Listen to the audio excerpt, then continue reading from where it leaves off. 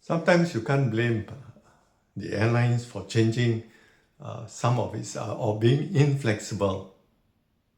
You know, SQ was quite flexible at one time. During my time, economy class passenger at the last minute after airborne wants to be upgraded to the first class. Of course, they are willing to pay, and the crew accepted, you know, and in good faith, they will pay when they arrive at the destination.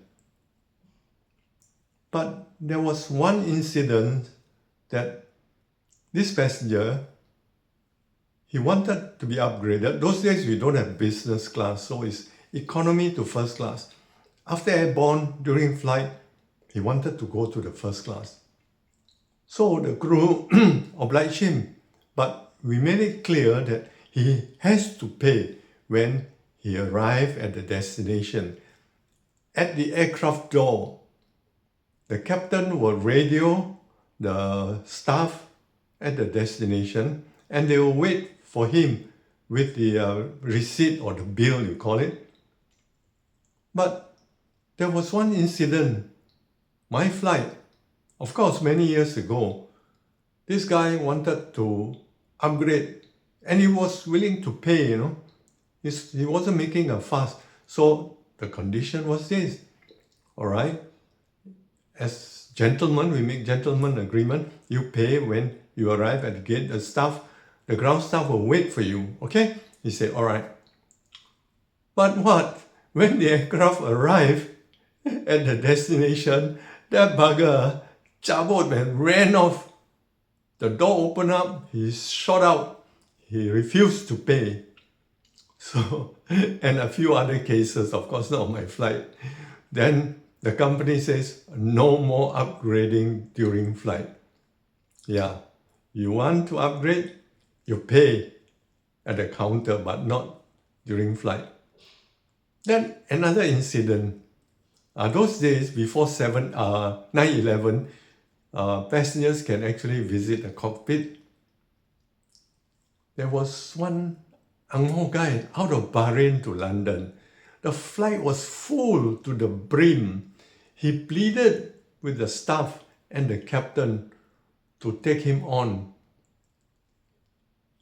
The captain accepted it because his reason was his wife was going to give birth in London and he must go back to be at his wife's side. Okay, so the flight was full and he doesn't mind to be in the cockpit. So the captain was so gracious, accepted him in the cockpit, sat behind the pilots. He was very happy, but on one condition, there were no meals. It was about 7.5 or 8 hours flight. We make it very clear. The flight was full. There were no meals for him. But he said, no. I want to see my wife give birth. The meals doesn't matter. Anyway, I had my dinner. All right. So during flight, our crew served the pilots.